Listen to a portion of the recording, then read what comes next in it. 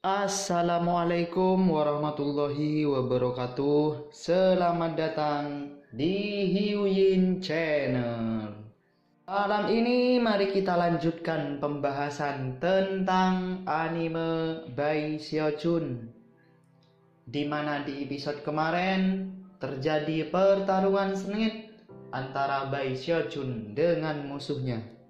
Apakah yang akan terjadi? Mari kita saksikan bersama-sama. Gaspol. Ketika pagoda Markis Surgawi runtuh, keheningan total memenuhi area tersebut. Semua orang di klan merasa pikiran mereka disambar petir dari surga. Bagi klan Markis Surgawi, pagoda Markis Surgawi mereka adalah simbol betapa agungnya dan menakjubkan klan mereka. Itu adalah warisan paling penting di klan mereka, diteruskan ke masing-masing penerus sebagai sarana untuk mempertahankan klan. Dan saat ini, pagoda Markis klan Zhou klan runtuh berkeping-keping. Meskipun ini bukan pagoda pertama yang dihancurkan setelah dinasti Ark Emperor pindah ke Willens, itu adalah satu-satunya yang mengalami nasib seperti itu dalam ribuan tahun terakhir. Pentingnya peristiwa ini menantang imajinasi. Jika seperti itulah reaksi Zhou klan, maka ada sedikit kebutuhan untuk bertanya-tanya bagaimana semua orang di antara penonton bereaksi. Ada banyak orang yang mengamati peristiwa atas nama kelompok-kelompok kuat lainnya, dan juga hanya orang-orang acak yang tertarik menonton, dan mereka semua tercengang. Pagoda Markis Surgawi klan Zhou runtuh. Bai Hao ini benar-benar berani menghancurkan pagoda surgawi. Zhou Wudao muncul dari dalam pagoda yang runtuh, darah menyembur keluar dari mulutnya, dan tampak lebih tua dari sebelumnya. Begitu dia muncul di tempat terbuka, dia tidak menyerang Bai Xiaochun dalam serangan, melainkan berbalik dan melarikan diri.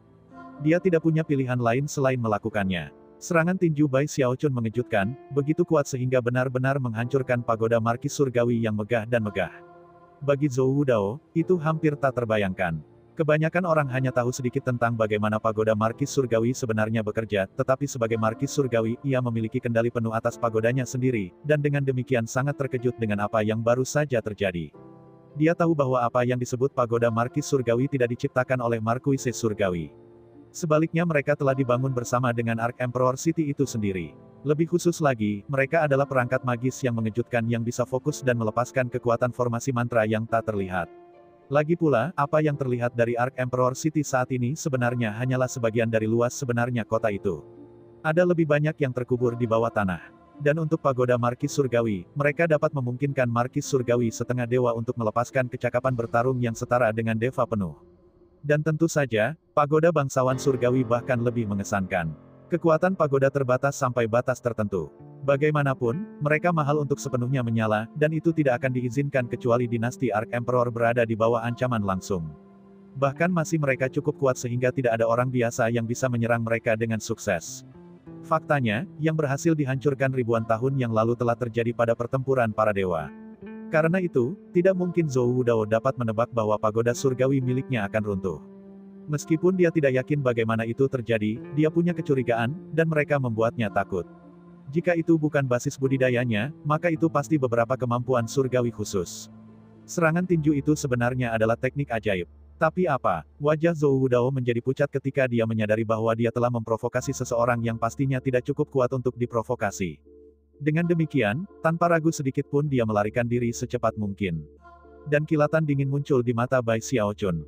Dia tidak tahu banyak tentang pagoda Markis Surgawi, dan karena itu, agak bingung dengan reaksi Zhou Wudao. Itu dengan kecepatan seperti kilat yang dia segera kejar, ketika tiba-tiba kabur bayangan muncul dari dalam puing-puing bangunan runtuh di tepi Zhou Clan. Sosok itu sebagian tembus cahaya, dan bergerak langsung ke arah pasukan mayat yang memiliki area terkunci. Bukan hanya sosok yang bergerak cepat, itu menggunakan semacam kemampuan surgawi yang memperlambat pasukan mayat.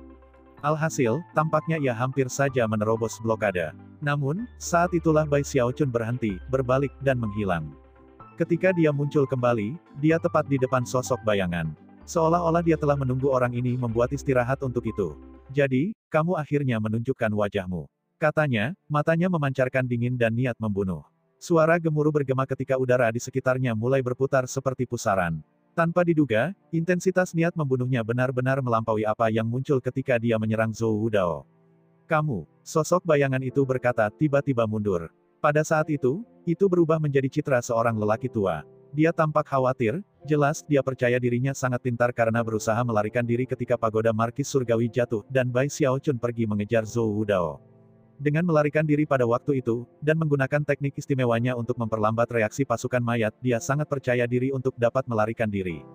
Dia tidak pernah bisa membayangkan bahwa Bai Xiaochun akan siap untuk hal seperti ini. Orang tua itu tertangkap benar-benar tidak sadar. Yang benar adalah bahwa begitu Bai Xiaochun tiba di klan Zhou dan mendapati bahwa baik dia maupun pasukan mayatnya yang berlapis perak tidak dapat menggunakan akal surgawi mereka untuk menemukan orang tua ini, dia telah menyusun rencananya. Salah satu alasan dia membunuh pewaris yang tampaknya adalah untuk melampiaskan amarahnya, tetapi yang lain adalah untuk mencegah Zhou Dao dari mengulur waktu dan mendapatkan bantuan. Inti dari serangannya adalah bukan untuk membunuh siapapun, tetapi untuk memberi kakek Miao Liner apa yang dia yakini adalah kesempatan untuk melarikan diri. Hanya dengan mendorong hal-hal sampai batas tertentu, dan dengan membuat lawannya berpikir bahwa dia benar-benar marah, orang itu akan cukup percaya diri untuk mencoba melarikan diri. Itulah sebabnya dia menyerang dengan efisiensi yang kejam, dan segera beralih ke kepalan kaisar yang tak mati. Sepanjang waktu, indera surgawinya telah menyebar melalui klan, dan terutama berfokus pada pasukan mayatnya. Dia tahu bahwa ahli nujum tua itu akan berusaha melarikan diri dengan menerobos blokade penyegelan, dan itulah yang dia tunggu-tunggu. Sekarang pria tua itu mundur darinya, Bai Xiaochun melangkah maju. Pada saat yang sama, ia mengirim pemikiran ke pasukan mayatnya, menyebabkan mereka untuk memperkuat dan mengecilkan perimeter. Sementara itu, pasukan mayat lapis baja perak melepaskan kekuatan basis budidaya Deva dan menuju ke ahli nujum tua. Hanya butuh beberapa saat untuk mengunci segala sesuatu di atas dan di bawah. Pada titik ini, tidak masalah teknik khusus apa yang dimiliki orang tua ini, dia tidak akan melarikan diri. Zhou Dao juga terpengaruh, dan harus mulai mundur dari pasukan mayat.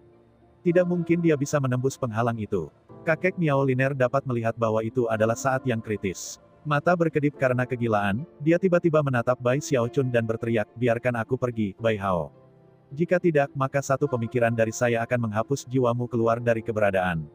Tampaknya khawatir bahwa Bai Xiaochun mungkin yakin bahwa budak jiwanya sudah mati, orang tua itu melakukan gerakan mantra, menyebabkan bayangan jiwa muncul di dahinya. Bayangan jiwa itu adalah Bai Hao, yang terjebak di dahi lelaki tua itu, perlahan-lahan dibakar dan jelas dalam bahaya kritis. Bai Xiaochun berhenti di tempat, gemetar ke dalam saat dia melihat bayangan jiwa Bai Hao.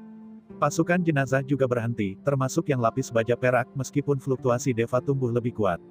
Jika Anda membiarkan saya pergi, kata pria tua itu dengan gugup, aku akan mengembalikan budak jiwamu. Matanya melirik bolak-balik antara Bai Xiaochun dan prajurit mayat lapis baja perak dengan basis budidaya Deva.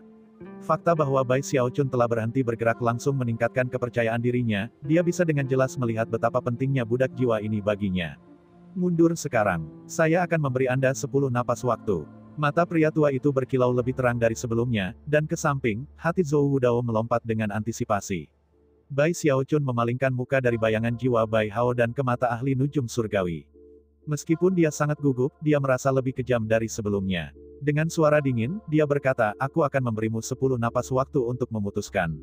Entah Anda mati, atau setiap anggota terakhir dari klan Miao mati.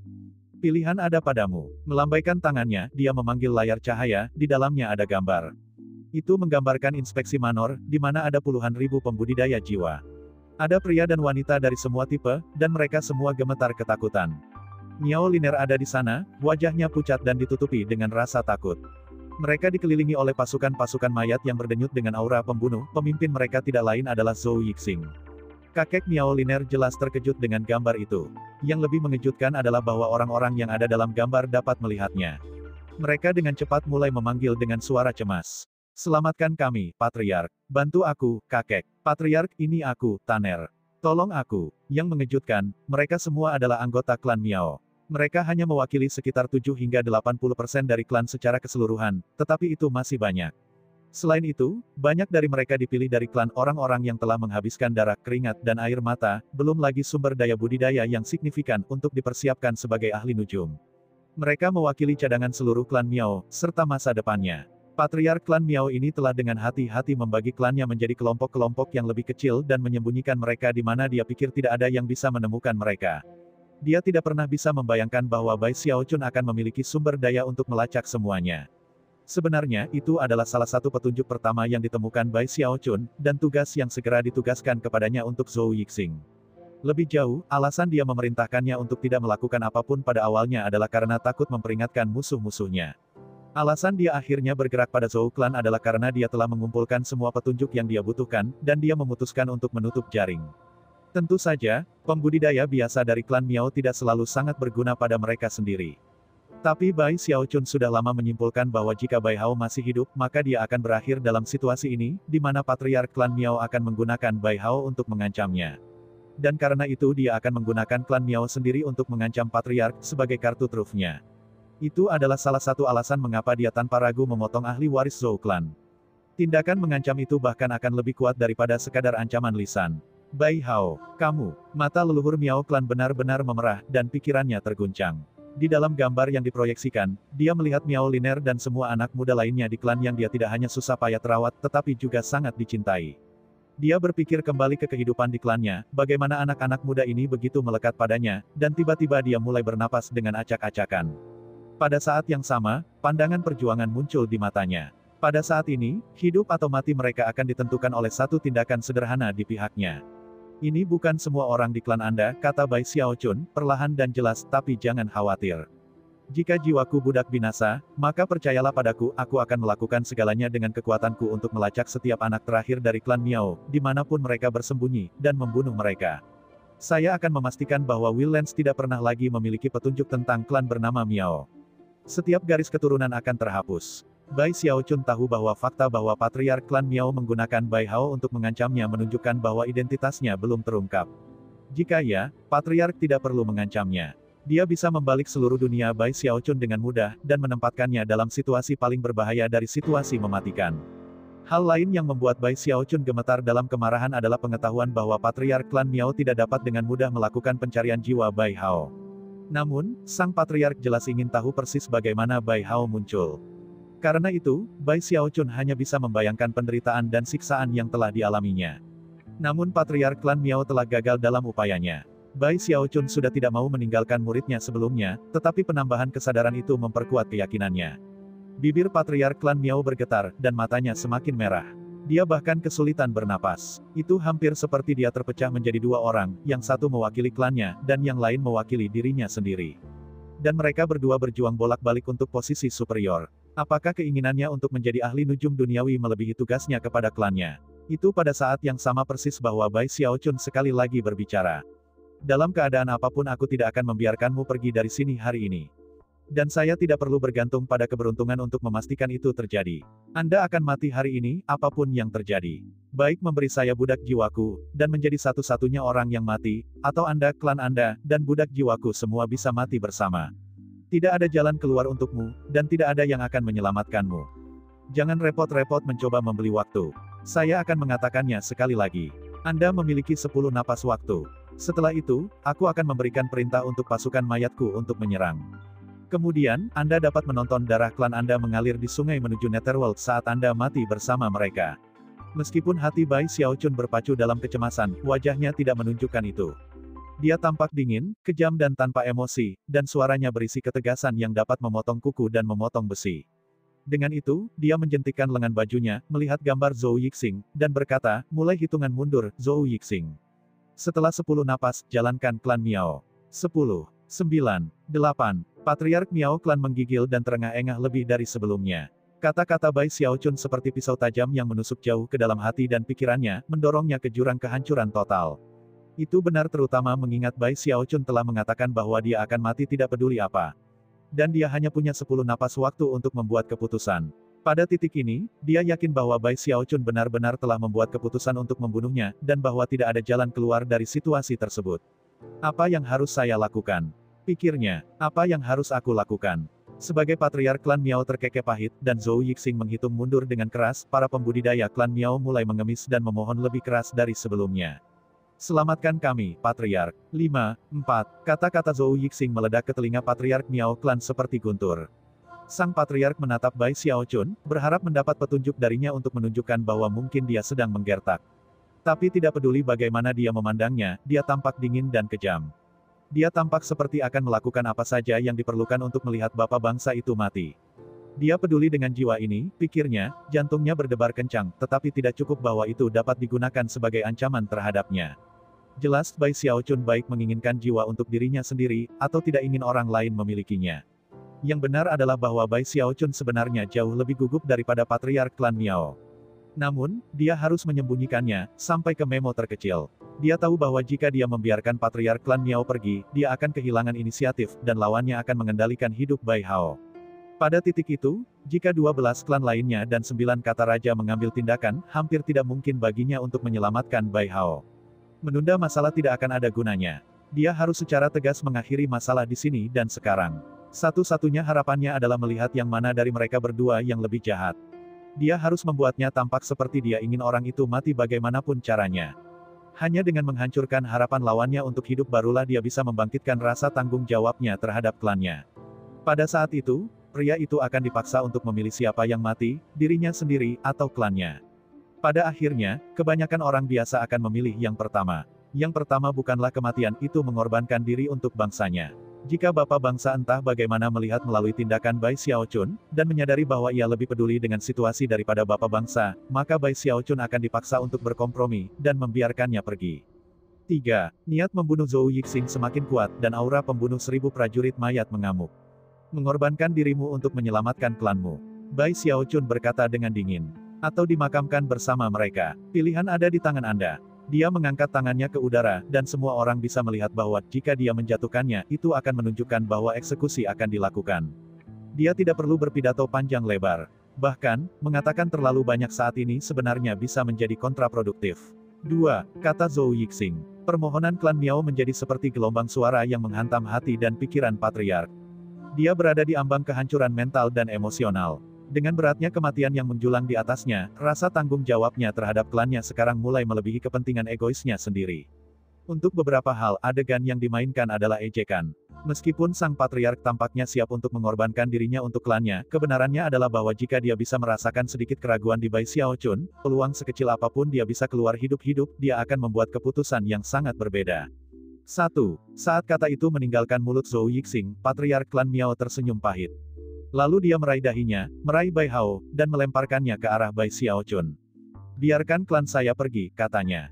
Seorang pria harus bertanggung jawab atas tindakannya, karena itu, hidupku adalah milikmu untuk diambil. Jantung Bai Xiaochun berdebar kencang sehingga lapisan kedinginannya hancur. Kecemasannya meletus saat dia menjangkau untuk meraih Bai Hao. Bai Hao jelas sangat lemah, tetapi begitu Bai Xiaochun meraihnya, dia membuka matanya dan menatap dengan kaget dan tidak percaya. Tuan, dia berkata. Lalu dia pingsan. Hati bergetar, Bai Xiaochun mengirim beberapa akal surgawi untuk mengkonfirmasi bahwa Bai Hao hanya tidak sadar. Kemudian dia memasukkannya ke pagoda penimbunan jiwanya di tasnya. Ketika patriark klan Miao melihat semua itu, matanya melebar, dan pikirannya mulai berputar. Dia mendengar Bai Hao memanggil Bai Xiaochun Master, dan melihat betapa Bai Xiaochun peduli padanya. Akhirnya, semuanya tiba-tiba diklik pada tempatnya. Sang patriark mulai terengah-engah ketika perasaan sakral karena telah mengorbankan dirinya untuk klannya digantikan oleh penghinaan murni. Kamu menipuku, Bai Hao. Lolongan patriark klan Miao adalah salah satu dari kekalahan total. Dia telah kehilangan banyak hal beberapa saat yang lalu. Kebijaksanaannya, keputusannya, Bai Hao, dan hidupnya sendiri. Dia benar-benar dan sepenuhnya dikalahkan. Bunuh mereka berdua. Bai Xiaochun berkata dengan dingin, menjentikkan lengan bajunya. Semua pasukan mayat, bahkan yang mengenakan baju besi perak, beraksi aura pembunuh berkecamuk. Pasukan mayat lapis baja perak saja sudah cukup, tetapi mereka semua menyerang. Karena itu, tidak ada yang bisa dilakukan patriark klan Miao atau Zhou Wudao untuk melawan. Mereka terbunuh dalam jiwa dan raga. Mereka telah mampu sedikit berjuang sementara Bai Hao masih dalam tahanan mereka untuk digunakan sebagai ancaman. Tapi saat ini, teriakan dan kutukan mereka memenuhi udara saat tubuh mereka tercabik-cabik. Darah dan darah meledak ke segala arah, dan dewa-dewa mereka yang baru lahir hancur. Bagi klan Zhou, itu adalah akhir dari sebuah era. Meskipun mereka masih ada, untuk semua maksud dan tujuan, mereka mati. Pagoda Markis Surgawi mereka telah dihancurkan, dan Markis Surgawi mereka terbunuh. Tampaknya ahli waris mereka sudah mati, dan klan Zhou akan dicoret dari daftar klan Markis Surgawi. Klan Miao pernah menjadi salah satu klan paling kuat di Wildlands dengan ahli nujum duniawi mereka. Tetapi sekarang, mereka tidak memiliki pilar kekuatan untuk mendukung mereka. Tentu saja, Bai Xiaochun tidak kembali pada kata-katanya. Dia mengatakan bahwa dia akan mengampuni klan Miao, dan dia melakukannya. Namun, dia meminta Zhou Yixing secara diam-diam menempatkan tanda merek pada mereka semua. Meskipun mereka melarikan diri dengan nyawa mereka, jika Zhou Yixing perlu melakukannya, ia akan memiliki cara untuk dengan mudah mengancam mereka. Dan jika mereka menyembunyikan niat jahat, dia bisa dengan mudah membunuh mereka.